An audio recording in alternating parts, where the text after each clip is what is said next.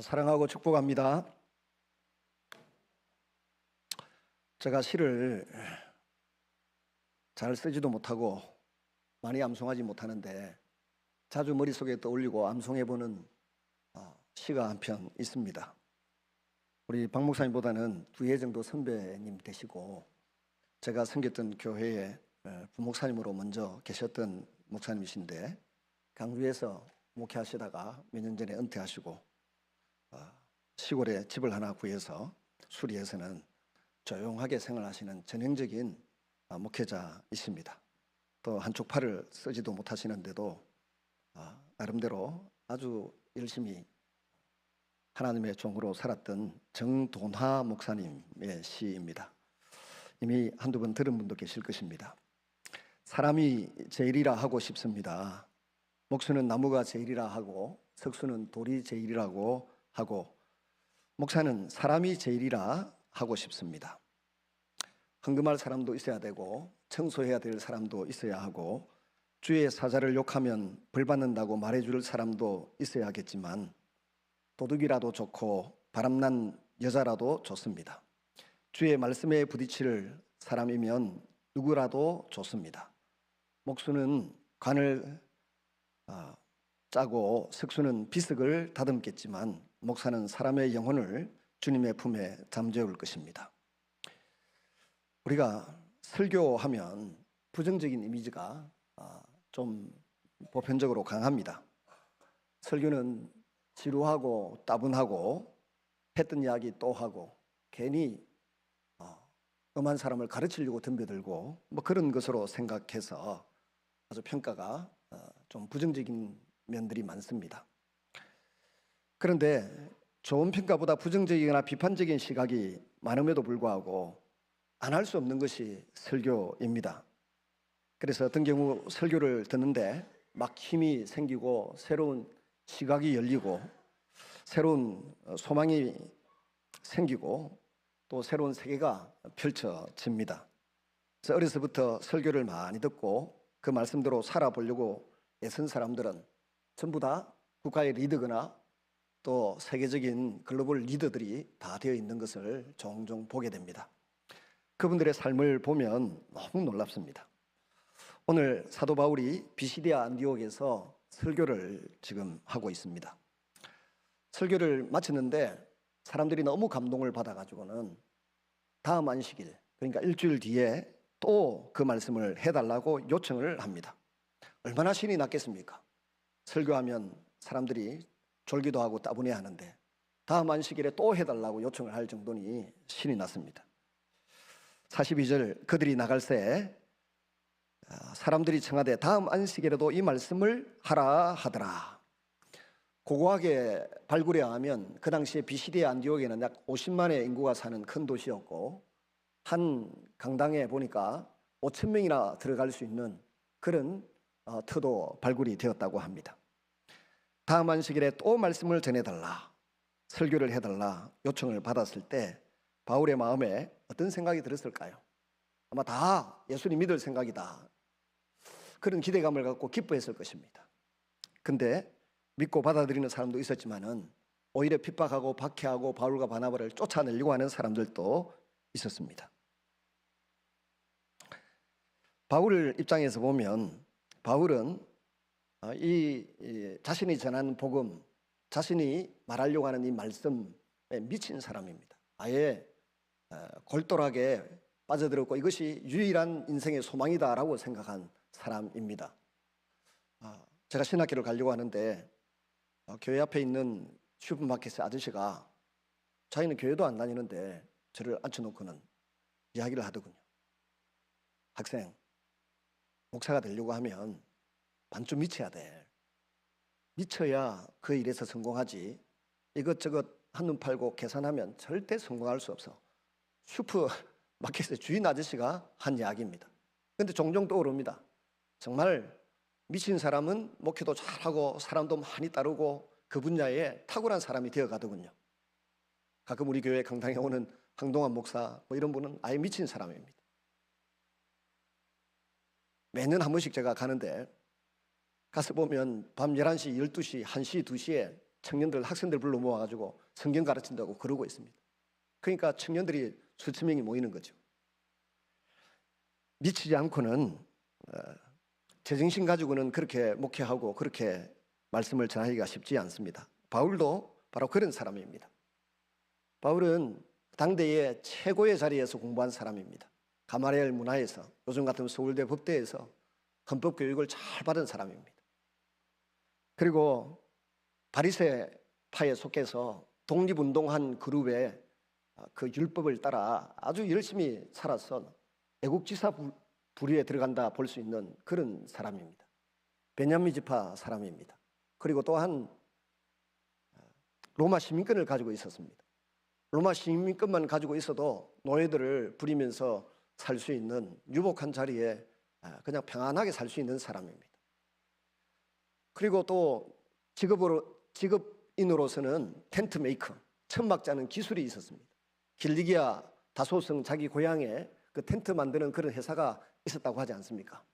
그러면 괜찮은 직업을 가지고 살아갈 수 있는 사람인데 그걸 다 내려놓고 그냥 예수님 만나고 예수님 복음 전하는 일에 올인한 사람이 사도 바울입니다. 거기에 목숨을 걸었습니다. 그런 그가 예수님을 처음에는 핍박하고 다른 무리도 핍박하고 감옥에 가두고 체포하던 사람인데 어느 날 자신에게 찾아오신 예수님을 만나고 그 음성을 듣고 새로운 삶을 살게 되었습니다. 그렇지만 본인이 새로운 삶을 살게 되었다는 사실을 믿고 받아들여주는 사람이 없었습니다. 바나바가 믿고 받아들여주고 베드로가 또 받아들여주어서 한 15일간 교제하고 그래도 자기 자리가 여의치 않아서 다시 고향으로 돌아가서 지내고 있는데 칩거하고 있는데 바나바가 찾아와서 같이 일하자. 그래서 지금 수리아 안디옥 지금 터키 땅에 있는 수리아 안디옥에 들어가서 원래 수리아란 말이 시리아란 말이죠. 원래 이 시리아 안디옥인데 여기 안디옥이 독립공화국이 되었다가 자기들이 스스로 선택해서 터키에 병합된 겁니다. 합병된 거죠. 그래서 지금 터키에 있는 안디옥인데 원래는 시리아에 속했습니다. 이 사람들이 언제 변심해서 시리아로 넘어갔는지 아무도 모릅니다. 그런 이 시리아 안디옥에 있는 교회에 와서 목회를 하고 있는데 하나님이 감동을 주셔서 이제 복음을 전하러 세계 선교 여행을 떠나라. 그래서 구브로로 갔다가 지금 밤빌리아로 갔다가 지금 비시디아 안디옥 해당에 도착하게 된 것입니다. 특히 서남부 지역에 있습니다. 근데 말씀을 전하는데 놀라운 역사가 나타납니다. 이 동네 사람들과 바울과 바나바 일행은 서로 처음 만난 사이입니다. 전혀 알지 못하던 지역입니다. 그런데 그 유대인들이 모인 곳에는 항상 해당을 세우고 그 해당의 안식일마다 말씀을 읽고 교제하고 또 중요한 회의를 하는 그런 장소인데 찾아간 바나바와 이 바울도 유대인이라고 해서 말할 수 있는 기회를 줍니다. 그 말할 수 있는 기회를 얻어서 우리가 지난 2주간 동안 살펴보았던 바로 이 복음 중의 복음, 놀라운 그 메시지를 사도 바울이 전했습니다. 아브라함 시대부터 시작해서 예수님 시대까지 2000년의 역사 아닙니까? 2000년의 역사를 구약 성경 12권을 하나하나 인용해가면서 핵심 요절만 가지고서 설교자의 입장에서 볼 때는 기가 막힌 설교를 해서 예수님은 그리스도이시고 예수님은 하나님의 아들이시고 예수님은 우리를 위해서 오셨고 이분을 영접하면 영생을 얻는다라고 하는 핵심 메시지를 전했습니다. 그랬더니 영접하고 믿는 무리가 생겼습니다. 동시에 반대하고 핍박하는 무리도 일어났습니다. 여러분, 우리에게 가장 자랑하고 가장 내세워야 할 것이 무엇이겠습니까? 오직 예수입니다. 비시디 안디옥에서 본 것 많고 배 타고 구브로섬을 지나면서 그 아름다운 관광지라고 합니다. 아프로디테인가 디프로디테인가 그 태어나가서 살았다는 그 유명한 그 도시, 그 바푸스라고 하는 곳도 이야기하지 않습니다. 오직 아브라함부터 다윗을 거쳐서 예수님에게까지 이르는 구약성경 12권을 한 구절씩 인용해가면서 하나님의 말씀을 기가 막히게 전하고 있습니다. 그런데 이미 유대인들은 이 구약성경의 역사를 아니까 전하는 말씀의 핵심을 마음에 받아들이고 주님을 영접하게 되는 것입니다. 희한하게도 이방인들도 헬라인들도 예수님을 영접하는 역사가 나타났습니다. 그 시대에 로마 제국 치하에서 절망적이고 암울한 생활을 하던 사람들에게 바울이 전한 이 복음 메시지는 정말 내가 이 말씀을 받아들이면 살 것 같다. 로마 제국과 혹은 경제적으로 정치적으로 힘들고 어려운 삶을 살아가고 있던 사람들에게 바울이 전한 복음의 메시지는 굿 뉴스이고 기쁜 소식이고 나를 살리는 말씀이다. 내 미래가 보장되는 말씀이다 라고 하는 것이 이해되고 받아들여졌던 것입니다. 이게 진짜구나, 이게 하나님의 음성이구나 하는 생각을 바울의 설교를 듣고 그들은 하게 된 것입니다. 그런데 그 명설교에 두 가지 반응이 나타납니다. 영생을 주식으로 작정한 사람들은 다 믿더라. 예수님을 인생의 주인으로 모셔드렸습니다. 반대로 겉으로 보기에 바울과 바나바 일행이 너무 인기를 얻어서 수많은 사람들이 설교를 듣고자 하는 것에 대해서 시기와 질투심이 생겼습니다. 시기, 질투심은 부자지간에도 생기더라고요. 부부지간에도 생기더라고요. 형제간에도 생깁니다. 종교인들 가운데서도 서로 시기, 질투심이 일어나는 것입니다. 눈이 멀어서 바울과 바나바를 핍박하고 쫓아냅니다. 이것이 바울이 행했던 명설교의 결론입니다. 영생을 얻는 사람과 핍박하는 사람들을 갈라놓았습니다. 복음은 천국과 지옥불에 들어가는 사람을 갈라놓습니다. 오늘 세 가지만 생각해 보겠습니다. 이 설교 이후에 43절의 반응을 보십시오. 해당의 모임이 끝난 이후에 유대인과 유대교에 입교한 경건한 사람들이 많이 바울과 바나바를 따르니 두 사도가 더불어 말하기를 항상 하나님의 은혜 가운데 있으라 권하니라. 첫째, 유대인과 이방인으로 구성된 교회가 세워집니다. 믿음의 공동체가 세워졌습니다. 요즘 교회를 공동체라고 부르는 교회들이 들어 있습니다. 주보에 보면 사랑의 교회만 해도 사랑의 처치 일 안 하고 그냥 사랑 커뮤니티, 우리 선한열매 교회라고 부르지 않고 선한열매 커뮤니티라고 부르는 그런 교회들이 있습니다. 그러니까 이 공동체란 말이 교회를 부르는 좋은 용어 중에 하나가 되겠습니다. 16절이나 26절에 형제들아 혹은 이스라엘 백성들아, 오늘 하나님을 경외하는 사람들이라, 이 다 같은 용어이고 같은 의미입니다. 그런데 그들 가운데서 예수님을 믿는 사람이 나왔다는 이야기입니다. 여러분, 성도들을 우리는 흔히 부를 때 그도 믿는 사람이다. 말하는 거 몇 마디만 들으면 믿는 사람은 믿는 사람이 쓰는 용어가 있고 어떤 냄새가 나도록 말합니다. 믿는 사람들이란 어떻게 정의할 수 있겠습니까? 한번 따라하겠습니다. 자기 것을 바라보지 않고 하나님이 가지고 계신 것을 바라보는 사람들이다. 우리 아이들이 자기 지갑에, 자기 저금 통장에, 자기 호주머니에 들어있는 거 그 몇 푼 되겠습니까? 근데 아버지 월급날이 되고 어머니 월급날이 되면 자녀들이 그 부모님 가지고 있는 것을 바라보고 치근댑니다. 아양을 뜹니다. 그거 좀 얻어가지고 쓰려고. 여러분, 우리 믿는 사람은 하나님이 가지고 계신 것이 무엇인지 알고 깨달아지면 그 순간 기뻐하면서 성경의 밑줄을 긋고 설교를 듣다가 아멘 하게 되는 줄로 믿습니다. 그리고 하나님이 가지고 계신 것을 내 것으로 얻어내기 위해서, 받아서 누리고 행복하게 살기 위해서 애쓰는 사람들이 바로 믿는 사람들이고 우리 그리스도인들입니다. 여러분, 설교를 듣는 사람들이 바울과 바나바를 따르면서 하나님을 더 많이 알게 됩니다. 하나님께 있는 것이 무엇인지 배우며 깨닫게 됩니다. 하나님께 있는 것이 무엇입니까? 천국과 지옥을 가늠하는 기준이 하나님의 손에 있습니다. 온 세상이 하나님의 작품입니다. 천사가 있고 마귀가 있습니다. 군왕들을 하나님이 세우시기도 하고 폐하기도 하십니다. 하나님께서 자신에게 순종하는 사람들이 있고 불순종하는 사람들이 있음을 아십니다. 그 하나님이 사람을 만드시면서 눈과 코와 입을 만들어 주셨습니다. 심장을 주셨습니다. 웃기느라고 사람들이 이야기하는데 참 틀림없는 이야기입니다. 눈썹이 왜 있습니까? 비 오면 눈에 비가 흘러 들어가지 않도록 하려고 눈썹을 하나님이 만들어 놓으셨대요. 코가 왜 밑으로 나 있습니까? 위로 나 있으면 비 올 때 코로 물이 다 들어간다고. 그래서 하나님이 이리 만들어 놨대요. 다 만들어 놓은 데는 이유가 있는데 오장육부를 우리 하나님이 지으셨다고 합니다. 근데 결정적으로 하나님이 우리에게 지으신 것이 있습니다. 생각하는 기능, 또 아름다운 것을 느끼는 감정들을 우리에게 허락해 주셨습니다. 근데 더 중요한 것을 우리에게 주셨는데 영원한 세계를 사모하는 마음을 주셨습니다. 진시황이 불로초를 찾아다니듯이 영원한 세계 하나님의 나라를 꿈꾸는 그런 마음들을 우리에게 주셨습니다. 솔로몬이 남긴 인생의 통찰입니다. 제가 보기에 인류 역사상 가장 많은 선물을, 유산을 물려받은 사람이 솔로몬 임금입니다. 큰 나라와 큰 군대와 많은 금은 보물들과 엄청난 충성도를 자랑하는 군인들과 신하들을 물려받았습니다.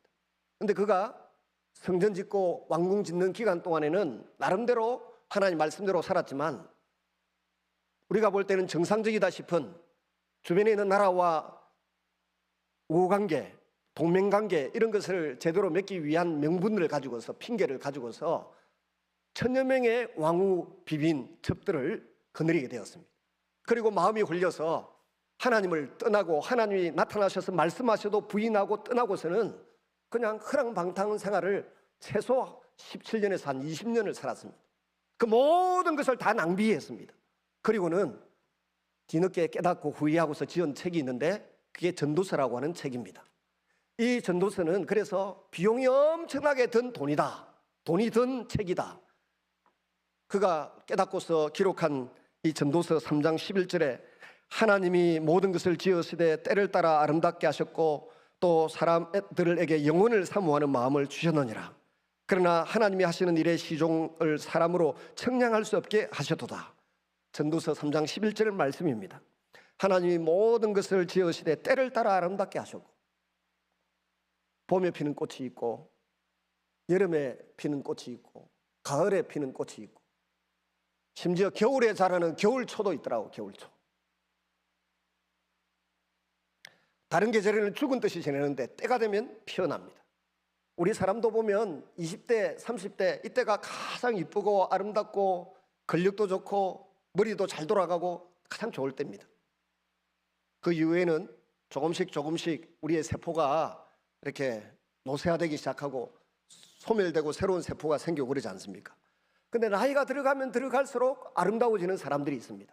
생각이 아름다운 사람, 말이 아름다운 사람, 꿈이 아름다운 사람, 눈이 따뜻하게 변하는 사람, 마음이 따뜻하게 변하는 사람들이 있습니다. 하나님이 말씀으로 은혜를 주시고 성령으로 감동을 시켜주시면 그런 변화와 아름다움이 나타납니다. 저와 여러분에게 그런 아름다움이 나타나기를 축복합니다. 뿐만 아니라 하나님께서 사람들에게 영혼을 사모하는 마음을 주셨다. 영원한 세계를 사모하는 마음을 주셨다. 인생을 이렇게 살아보면 참 별거 아니구나. 공부 잘하던 전교 수석하던 친구가 고등학교 때 무협지에 빠져서 부산에 있는 어느 대학을 졸업하고는 공무원을 하는데 10살 아래 10분 자매와 결혼을 했다 하더라고. 그래서 제가 만나보고 싶어가지고 전화를 했는데 안 나와요. 정말 친하게 지냈던 친구고 매일 같이 밥 먹고 놀던 친구인데 안 나타나더라고. 알고 보니까 10살 어린 그 이쁜 자매가 툭 하면 시청에 나타나서 엎어버리는 거예요. 남편 보고 이 새끼 저 새끼 하고 막 엎어버려요. 어부증이 심해가지고. 그러니까 그 초등학교 중학교 다닐 때 늘 별 노력도 안 하고 수석만 하던 친구가 고등학교 때 무협지에 빠져가지고 그가 원하던 좋은 대학에 가지도 못하고 그냥 공무원으로 지내는데 그 공무원 중에서도 탁월한 능력이 있는데도 불구하고 아내가 한 번씩 시청에 와서 엎어버리니까 진급이 안 되는 거예요. 겨우 몇 년 전에 뭐 가장이 됐다든가 그런 이야기를 전해 들으면서 참 사람 일은 알 수가 없구나 이런 생각을 하게 됩니다. 여러분, 우리 예수 믿는 사람들은 하나님 주신 은혜 가운데서 점점 아름다운 꿈을 꾸게 됩니다. 세상 사람들은 한때 아름답게 꽃 피웠다가 시들어가지만 예수 믿는 사람은 계속해서 아름다워져 가는 것입니다. 예모가 어떻게 가든지 간에 우리 눈이 아름다워져 가고 귀가 아름다워져 가고 입이 아름다워져 가고 마음이 아름다워져 가다가 결국은 우리가 사모하는 영원한 하나님의 나라에서 영생하게 될 줄로 믿습니다. 자신의 부족함을 깨닫고 하나님 앞에 나아가서 행복한 미래를 꿈꾸는 사람들이 교회당을 찾습니다. 또 믿는 사람들과 설교자를 찾습니다. 내 영원한 세계로 인도해 줄 좋은 믿음의 선배들을 찾습니다. 서울에 한때 우리 고신교회였던 충현교회라는 교회가 있습니다. 합동측에 충현교회라는 큰 교회가 있는데 김창희 목사님이 2명의 인재를 키웠습니다. 그 중에 한 분이 신성종 박사라는 분인데 미국에 유학을 보내서 돌아와서는 총신대학에 교수도 하고 또 대전의 할렐루야 교회 담임도 하고 하셨는데, 제가 서울에 있을 때 이분이 큰 그 충현교회 1만여 명의 성도, 충현교회가 한 11,000여 명까지 모일 정도로 목회를 잘 하셨어요. 근데 어느 날 교회를 사임하고 그냥 LA에서 집거하고 그냥 편안하게 사는데 어느 날 꿈을 꾸었습니다. 꿈에 천국에 갔는데 좌석이 이렇게 쫙 있더라고요. 제일 앞자리에 앉아있는 사람이 있고 두 번째 자리가 있고 세 번째 있고 저 뒤가 있는데 본인이 알고 있는 사람도 있고 모르는 사람도 있더래요. 근데 기대했던 사람이 저 뒤에가 있거나 아예 보이지 않더라는 겁니다. 그래서 울다가 놀라서 깨었는데 그 이후에 이 신성종 목사님이 지금은 나이가 뭐 8순이 지났으니까 그 시대에 유학까지 갔다 와서 박사로 총신대학의 충현교회 담임 목사를 했으니 대단한 분이지 않습니까? 그러니까 학자로서 누릴 수 있는 거 다 누린 사람, 목회자로서도 누릴 수 있는 거 다 누린 사람, 경험하는 거 다 한 사람. 근데 그 꿈딱 한번 꾸고는 자기 인생을 180도로 바꾸었습니다. 모든 일정 시간을 다 취소하고 3세계 어려운 나라에 있는 선교사님들과 함께 전도하는데 또 신학교 가서 복음을 가르치는 일에 헌신하게 되어노라고 하는 간증을 제가 직접 또 듣고 유튜브를 통해서 또 한 번 더 들은 적이 있습니다. 여러분, 우리가 때가 되면 다 이 세상을 떠나서 하나님 품으로 돌아가야 될 줄로 믿습니다. 영혼을 사모하면서 인생의 미래를 꿈꾸고 계획할 수 있기를 바랍니다. 그럴 때 우리의 삶의 한 자락 한 자락이 의미가 있고 가치가 있을 것입니다. 하나님께서 우리를 예수 믿게 하시기 위하여 주신 말씀들이 있습니다. 예수님이 친히 우리에게 일러주셨는데 요한복음 6장 37절에 보시면 아버지께서 내게 주시는 자는 다 내게로 올 것이요 내게 오는 자는 내가 결코 내쫓지 아니하리라. 예수님 믿겠다고 예수님 찾아오는 사람을 아무도 내쫓지 않는다는 것입니다. 또 6장 65절에 또 이르시되 그러므로 전에 너희에게 말하기를 내 아버지께서 오게 하여 주지 아니하시면 누구든지 내게로 올 수 없느니라. 이 말씀대로입니다. 영생을 주시기로 작정된 사람들에게는 바울의 설교, 하나님의 말씀이 이해되고 받아들여지기 시작했습니다. 바울과 바나바는 주님을 영접한 사람들에게 이 은혜에 굳게 붙잡고 머물러 있으라고 권합니다. 이것만큼 소중하고 값어치 있는 것이 없는 사람입니다. 바나바는 전 재산을 팔아서 예루살렘 교회에 가난한 사람들 먹고 살 수 있도록 배려하고 베풀었던 사람입니다. 바울도 더 많은 것을 가진 사람이지만 모든 기득권 누릴 수 있는 것을 내려놓고 예수 복음 전하는 것이 나에게 가장 중요한 일이고 이 복음을 듣는 것이 모든 사람에게 가장 소중한 일이라고 생각하고 이 복음을 전하기 시작했습니다. 근데 반대로 오늘 본문에 이 말씀을 거절하고 받아들이지 않는 사람들이 있습니다. 자기 틀을 깨뜨리려고 하지 않는 사람들입니다. 자기 마음과 지식을 포기하지 않는 사람들이 있습니다. 새로운 세계와 지식을 잘 받아들이고 수용하지 않습니다. 그래서 보는 손해가 많습니다. 제가 전에 우리 성도님들에게 보내드린 동영상이 하나 있습니다. 시골 의사 박경철 씨가 강의한 내용인데 이분이 뭐 심장 전문인가 그런데 흥부 전문인가 그런데 소화기 내과인가 하여튼 내과 이 전문의에 수술을 하는 사람인데 어느 날 누가 의사한테 쏘가가지고 병원장한테 쏘가가지고 어느 병원에 죽으라고 일을 하고 있는데 월급에 3배를 준다 해가지고 친구가 억수로 중요한 강의 들으러 강의가 하나 있는데 경제 계통의 강의가 있는데 놓치면 네 인생에 후회한다. 그래서 갔대요. 갔는데 거기에 수많은 사람들이 왔대요. 한 50여 명. 그 세계의 유명한 인사들 한 50여 명이 왔는데 다 양복 입고 정장 차림으로 와서 다 50명이 앉아 있습니다. 우리하고는 레벨이 다른 세상적인 기준으로 볼 때 레벨이 다른 사람이 다 앉아 있어요. 근데 강의하러 온 사람이 스물 몇 살밖에 안 된 사람이 청바지 입고 모자를 이상한 야구 모자를 뒤로 해가지고 청바지 입고 쭉 나왔더래요. 그래가지고는 무슨 강의를 하는데 자기가 갈 때 혼자 가기 그래서 친구 백수, 대구에 있는 백수 한 사람을 데리고 갔대요. 가서 또 앉아 있는데 강의를 시작하자마자 폼을 보고 사람들이 놀래가지고 좀 빠져나가고, 자기는 친구 백수 때문에 어쩔 수 없이 같이 앉아서 이렇게 앉아 있는데 나중에 보니까 몇 명도 안 남아있더라고요. 50명 중에 막 10명도 안 남아있는데 그 강의 마치고 나니까 자기 친구 백수가 그 강의한 20대 청년에게 가서 내가 좀 더 들어야 되겠다면서 네 돈 있으면 10만 원만 주라.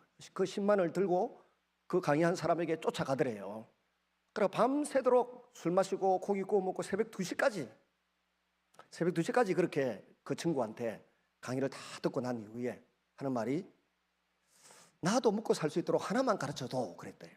그랬더니 하나 가르쳤는데 그게 그래서 만들어진 게 우리가 아는 천리안, 하이텔 천리안 그 이메일 만드는 거, 이메일을 가지고 통화하게 되는 거, 그걸 만들었대요. 그리고 그 강의했던 20대 청년은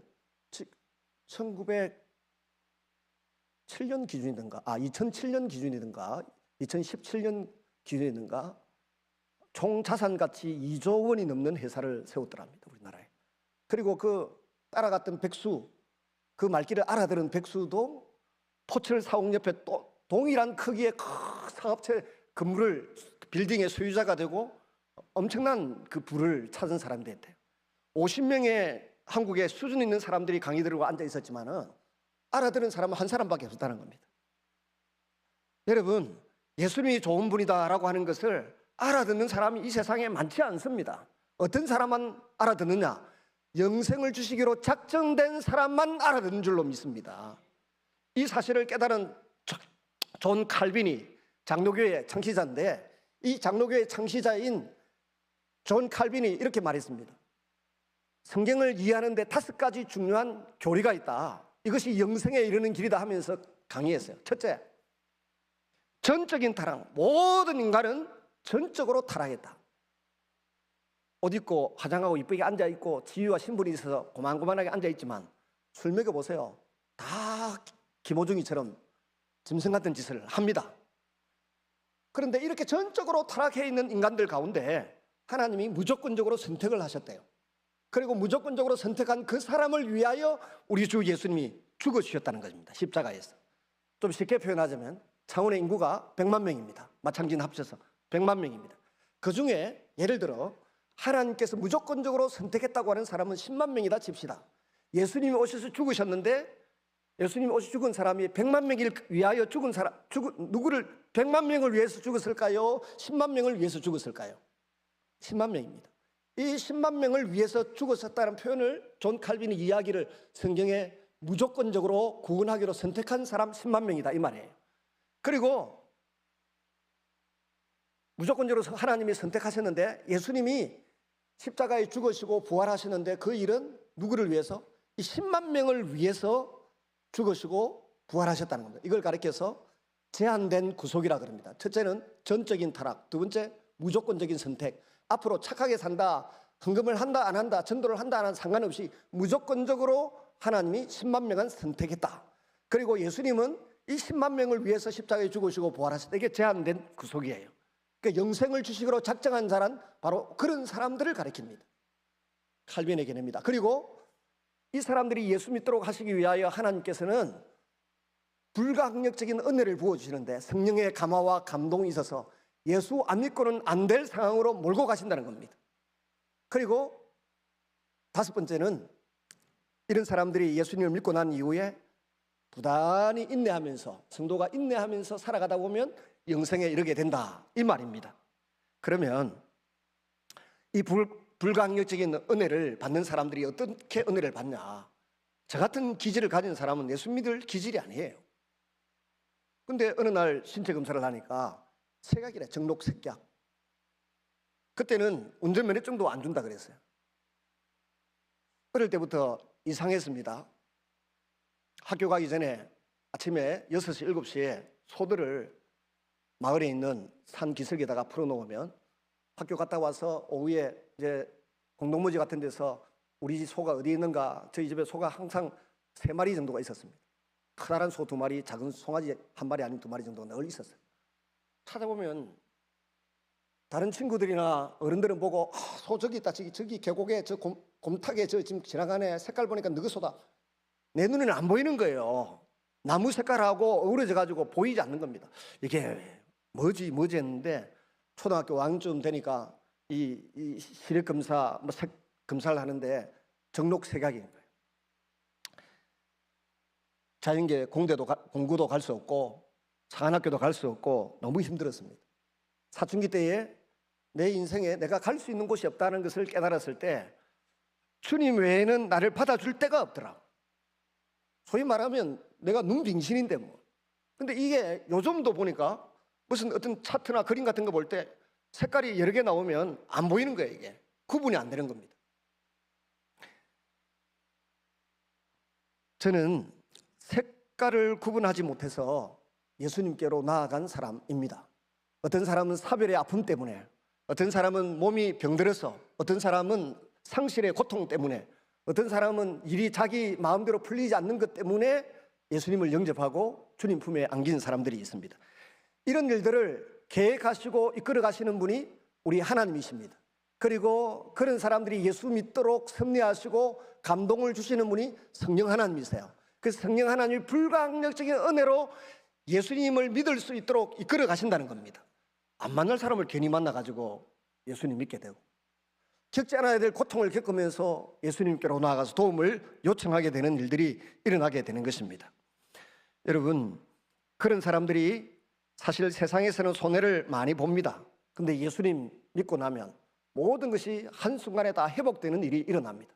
요엘서 2장에 나오듯이, 요엘서 2장에 보면 하나님 옆에 나온 사람들이 손해본 횟수대로 한순간에 하나님이 다 갚아주신다라고 하는 것을 예고하고 있습니다. 저는 요엘서 2장에 보면 베드로가 인용했던 말세에 내 남녀가 여종에게 내 신을 부어주려니 자녀들은 환상을 보고 늙은이들은 꿈을 끌고 젊은이들은 비전을 갖게 되리라, 이 말씀보다 손해본 모든 것을 한날에 다 갚아줄 것이다 라고 하는 그 말씀이 더 은혜가 됩니다. 메뚜기 때, 팥종이 때, 너시, 항충이 다 먹어서 완전 인생이 초토화되고 나라가 절단이 난데도 불구하고 하나님 앞에 회개하고 하나님 앞에 바로 서기만 하면 한날에 모든 손해본 것을 회복시켜 줄 것이다. 아멘. 하나님의 약속이 있어요. 이 약속만큼 저를 가슴 떨리게 하고 신나게 하는 게 없어요. 그랬더니 세월이 지나면서 모든 것이 한순간에 회복되는 일들을 경험하게 됩니다.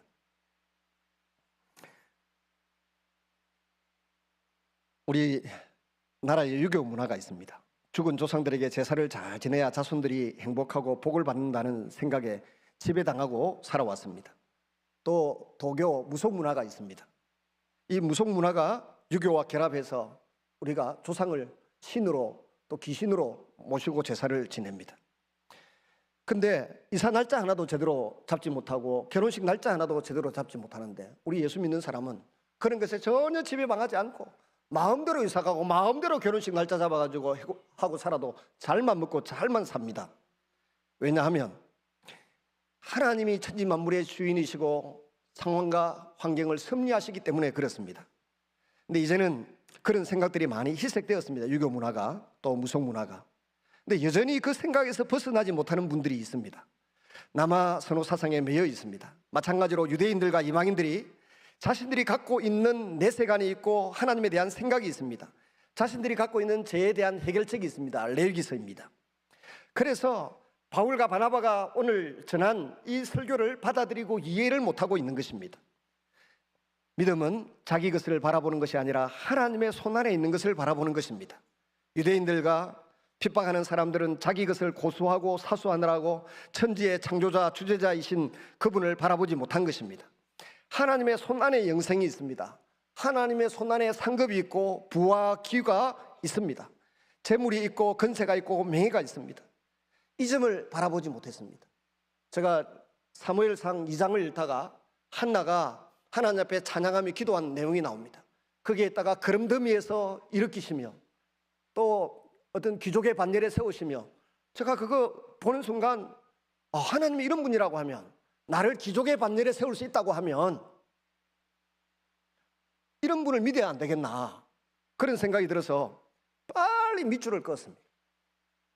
지난주 목요일 날 미국 복음대학 졸업식이 있어 갔습니다. 밑에 앉아 있는데 저보고 위로 오르라더라고. 총장하고 쭉 둘러 앉았습니다. 하기 가운과 모자를 쓴 사람 위에 앉아 있고, 그렇지 못한 저보다 선배 훌륭한 목사님들이 저 밑에 다 앉아 있더라고. 갑자기 그 구절이 생각나더라고요. 제가 우리 그 옛날 성막교회에 부임해서 신방을 다닐 때 그 사도행전 사무엘상 2장에 나온 그 한나의 기도문 가운데 그름더미 앉은 사람들을 일으켜서 귀족 자리에 앉히는구나 하는 거, 그 구절을 읽어 밑줄 그어서 신방하면서 전해드렸습니다. 예수 제대로 믿으면 이런 일이 일어난다. 우리 성도들에게도 자주 이야기했어요. 나처럼 믿으면 다 하나님 앞에 복을 받는다고 이야기했습니다. 졸업식 마치고 난 뒤에 총장님이 오시더니, 남 목사님 내년에 일주일간 시간을 줄 테니까 우리 학교에 와서 강의를 해달라고. 얘한테 그 아까 이야기했던 거 있잖아, 그거 와서 학생들에게 가르쳐주고 강의해달라고. 여러분, 우리 주님이 한나의 신앙 고백에 의해서 그름더미에 있는 사람을 기족의 반열에 올린다라고 하는, 내가 기족이 되는지는 모르겠습니다만은 기족이 될 것 같아요. 아까 우리 새로 오신 분들이 뭐 음주 문화, 근절, 대책위원회 상임 고문 시켜달라 했더니 시켜준다 하더라고. 상임 고문 아무나 하는 거 아니잖아요. 예수 잘 믿으면 그런 일들이 막 일어나는 겁니다. 여러분, 주님 안에 놀라운 것이 있습니다. 재물이 있고 건세가 있고 명예가 있습니다. 주님 안에 있는 것을 바라볼 수 있기를 바랍니다. 지금 내 손에 있고, 지금 내 호주머니에 있고, 지금 내 생각 속에 있는 그것들이 쓰레기일 가능성이 많습니다. 사도 바울이 그걸 알았습니다. 그래서 내가 예수님 아는 지식이 가장 고상하고 그 이전에 갖고 있던 모든 것들은 배설물에 불과하다라고 평가했습니다. 왜 이렇게 이 사람들이 거절했을까요? 하나님께서는 성령을 주셔야 했고 성령님을 주셨습니다. 그런데 그 선택은 자신들의 몫이었습니다. 바울은 이들이 죄와 허물로 죽어 있는 상태임을 밝힙니다. 에베소서 2장 1절에 4절에 보면 죄와 허물로 죽었던 너희를 하나님이 다시 살리셨고 과거에 공중에 건세 잡은 자를 따랐던 그 시절을 지적합니다. 뿐만 아니라 사도 바울은 고린도 교회에 보낸 편지에서 믿지 않는 사람들이 가지고 있는 비밀이 있습니다. 왜 그 사람들이 안 믿는가에 대해서 이야기합니다. 고린도후서 4장 3절 4절을 보시면, 만일 우리가 복음이 가리웠으면 망하는 자들에게 가리워진 것이라.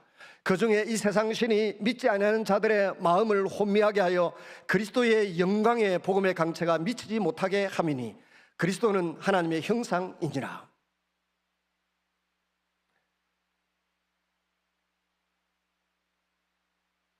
이 세상에 있는 신이, 마귀와 공중에 건세 잡은 자들이, 귀신들이 사람들의 마음을 혼잡하게 만들어서 바른 가치가 보이지 않도록 만드는 거죠. 그래서 분별력이 없어서 예수님을 영접하지 못하도록 한다는 것입니다. 이런 사람들이 영생에 합당하지 않은 자로 자처했다라고 바울은 지금 진단합니다. 바울과 바나바는 고민 끝에 솔직하게 말합니다. 그래서 바울과 바나바는 용기를 내어서 직설적으로 그들에게 이런 표현을 합니다. 46절 같이 읽습니다. 시작. 하나님의 말씀을 마땅히 먼저 너희에게 전할 것이로되 너희가 그것을 버리고 영생을 얻기에 합당하지 않는 자로 자처하기로 우리가 이방인에게로 향하노라. 핍박하고 반대하는 사람들입니다. 너희가 그것을 버렸다. 무엇을요? 하나님께서 주시고자 하는 그것을, 그 언약을, 그 예수를, 그 영생을 버리고 영생 얻기에 합당하지 않는 자로 결단하고 자처하기 때문에 너희들은 버려두고 우리가 이제 이방인에게로 가겠다. 그렇게 말하는 것입니다. 마태복음 10장 14절을 염두에 둔 듯한 선언입니다. 마태복음 10장 14절 15절에 보시면, 누구든지 너희를 영접하지도 아니하고 너희 말을 듣지도 아니하거든 이 집이나 성에서 내가 나가서 너희 발에 먼지를 떨어 버리노라. 내가 진실로 너희에게 이르노니 심판날에 소돔과 고모라 땅이 그 성보다 견디기 쉬우리라. 마지막 세 번째로, 결과는 하나님 기뻐하면서 찬양하면서 이고니온으로 향합니다. 사도 바울과 바나바는 핍박을 받았고 더 담대해졌다고 합니다. 핍박은 고통입니다. 고통에는 내 죄 때문에 당하는 그런 고통도 있고 불가피하게 당하는 고통도 있습니다. 근데 선택적인 고통이 있습니다. 목회자의 길을 가다가 겪는 어려움이나 선교사의 길을 가다가 겪는 어려움은 본인이 선택한 것입니다. 사도 바울은 골로새 1장 24절에서 그렇게 이야기하죠. 내가 그리스도를 위하여 받는 고난을 기뻐하고 그리스도의 남은 고난을 그의 몸된 교회를 위하여 내 육체에 채우느라 복음 전하다가 당하는 고통이나 핍박을 선택하는 것입니다. 이 길을 가다가 이고니온 갔다가 루스드라 갔다가 돌에 맞아서 거의 죽은 상태가 됩니다. 그래도 일어나서 다시 데베로 가서 복음 전하고 다시 돌로 쳐서 자기를 죽이던 그 루스드라에 다시 와서 복음을 전하고 교회를 세워간 사람이 사도 바울입니다. 영광스러운 고통입니다. 근데 이런 고통만 있는 것이 아닙니다. 사도행전 전반에 이런 내용이 전개되는데 고통 속에서 선교가 이루어지고 핍박 속에서 복음이 전해진다는 것을 알게 되었기 때문에 더 담대하게, 더 용기 있게, 더 자신 있게, 더 활력 있게 복음을 전한 사람이 바울입니다. 히틀러 시대의 유명한 심리학자였던 유대인 빅터 프랭클 박사는 그 수용소에 갇혀서 죽을 날을 기다리던 그때를 돌아보면서 회고하고 놀라운 책을 써내었습니다. 그 책에서 그는 말합니다. 고난 속에서 삶을 포기한 사람들에게는 고난이 그에게 저주였습니다. 그러나 고난 속에서 그 의미를 깨닫는 자에게는 그 고난은 놀라운 축복이 될 수밖에 없습니다. 아무리 심한 고난을 당한다 할지라도 고난의 의미를 이해한 사람에게는 그 고난이 오히려 전하 유복의 축복이 된 것입니다. 인생지사 세옹지마라고 하는 고사를 인용하지 않더라도 그것은 사실입니다. 사도 바울은 고난의 의미를 알고 있었습니다. 그것은 하나님이 열어주시는 선교의 문이고 새로운 기회였습니다. 고난을 잘 해석해야 됩니다.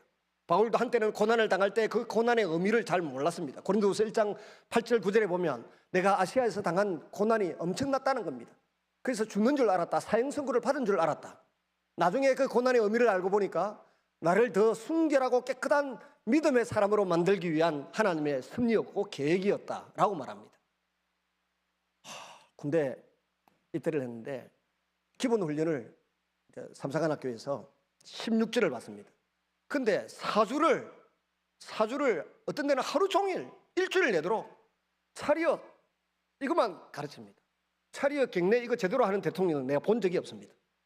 이거 하나 하는데 하루 종일 걸리고 이틀 걸리고 일주일 걸려요. 그리고 이걸 점수를 매긴다 또 이거에 따라서 죽겠더만요. 이거 기본 훈련을 시킵니다. 이 기본 자세, 기본이 얼마나 중요한지 모릅니다. 나중에 왜 이걸 잘해야 되는지 알게 됩니다. 여러분, 우리가 겪고 있는 고난, 어려움들에 다 의미가 있습니다.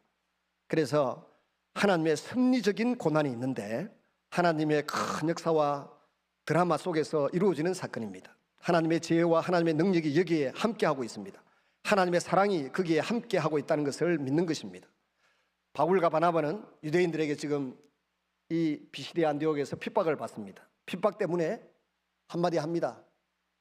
당신들이 영생에 합당하지 않는 자로 자처했기 때문에 우리가 핍박을 받아서 이제는 이방인들에게로 간다. 로마서 9장에서 11장의 내용이 바로 그것을 함축해서 설명하고 있습니다. 유대인들이 안 믿고 안 받아들이니까 이방인에게로 가겠다고 선포합니다. 어떻게 이런 담대함과 용기가 생겼을까요? 하나님의 살아계심을 체험했기 때문입니다. 내 뒷배가 든든하다는 생각을 하게 된 것입니다. 앞으로가 더 기대가 됩니다. 여기까지 도우신 하나님께서 앞으로도 도우실 것이다 라고 하는 믿음이 있습니다. 다윗이 그랬습니다. 시편 18편 29절에 내가 주를 의뢰하고 적군에 달리며 내 하나님을 의지하고 담을 뛰어넘나이다. 시편 18편 29절 현대인의 성경에 내가 주의 도움으로 적진을 향해 달려갈 수 있으며 주의 힘으로 적의 방어벽을 뛰어넘을 수 있습니다. 제가 27년 전에 대방동에 왔습니다. 조그만 35명 되는 상가에서 성도들과 함께 교회를 해가는데 새벽기도 가려고 하면 대문을 3개를 열어야 됩니다. 철컥철컥 대문을 3개 열고 들어가는데 이게 사람이 할 짓이 아닙니다. 함정에 빠진 호랑이 새끼 같다. 제 일기에 그렇게 적었습니다. 망했다. 그랬더니 가까운 친구들이 여자하고 아빠밖에 없는 교회에 마루 왔노. 그게 처음 들었던 친구들의 우리 교회를 향한 평가였습니다. 세월이 좀 지나서 한 3년 만에 교회당을 한 300평 정도 지었습니다. 그랬더니 그 다음에 들려오는 소문이 분위기는 참 좋은데 교회는 크게 부흥 안 한다 이런 이야기가 들리더라. 근데 인내하고 기다리고 있는 사이에 하나님께서 은혜를 주셔가지고 자꾸 교회 분위기 좋다고 저한테 새마을금고에 전화가 옵니다. 어느 교회 인수해라, 합병해라. 5번 제의를 받았습니다. 동부교회, 또 아름다운 교회, 그 다음에 한사랑교회, 그 다음에 여기 죄송하지만 합동측에 비전 왕성교회, 그 다음에 마지막으로 건강한 교회였습니다. 근데 이 건강한 교회 요청을 받았을 때 처음에는 합병을 요청한 게 아닙니다. 도와달라고 해서 도와주겠다고 했던 말 한마디 때문에 우리 장로님들이 하자 이래가지고 일이 진행된 것인데, 저는 합병을 꿈을 꾸지는 않았습니다. 4번, 5번 이렇게 요청할 때마다 제가 못하겠다 그랬습니다. 나 행복하게 잘 살고 있는데 뭐하러 빚 많은 교회를 내가 인수를 해가 고생을 하냐, 안 한다 그랬습니다. 근데 그 사이에 제가 성령 하나님을 경험했습니다.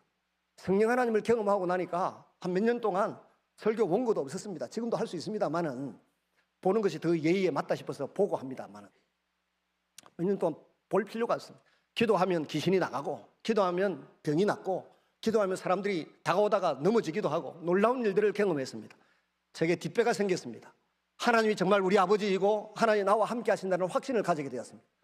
그래서 두려움 없이 이런 교회당도 짓게 되었습니다. 지금까지 나를 도우신 하나님, 이걸 에베네셀이라 합니다. 여기까지 나를 도우신 하나님, 에베네셀의 하나님.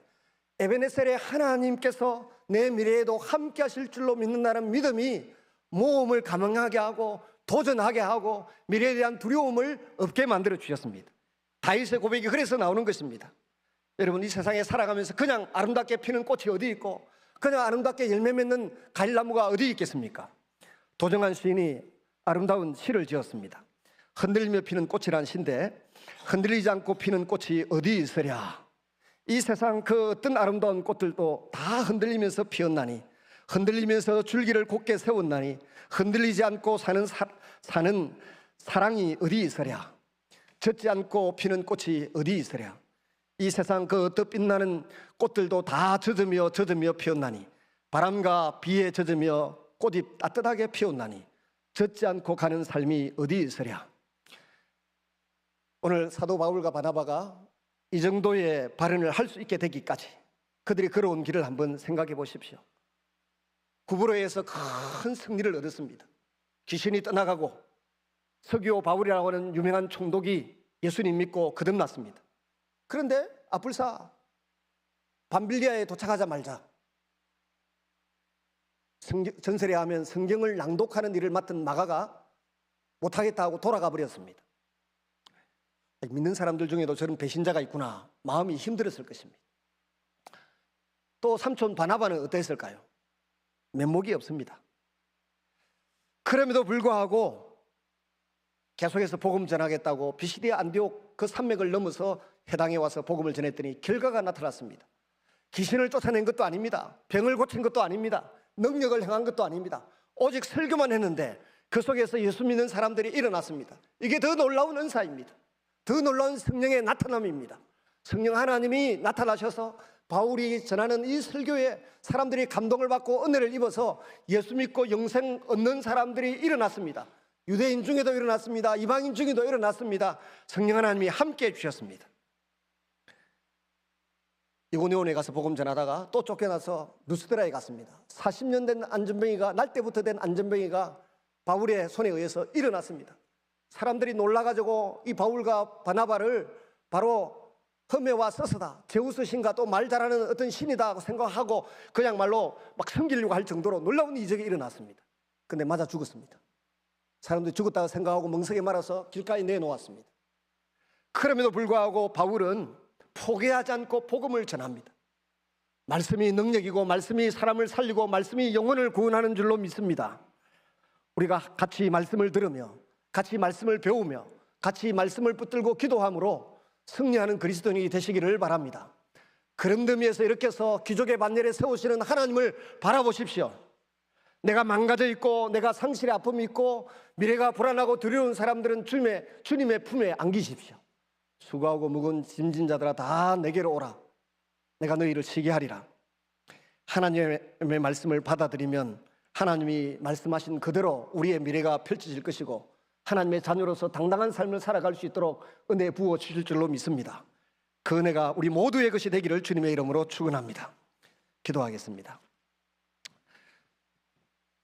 찬양팀 나올 때까지 우리가 자기 목소리로 자기 귀에 들릴 정도로 한번 기도하겠습니다.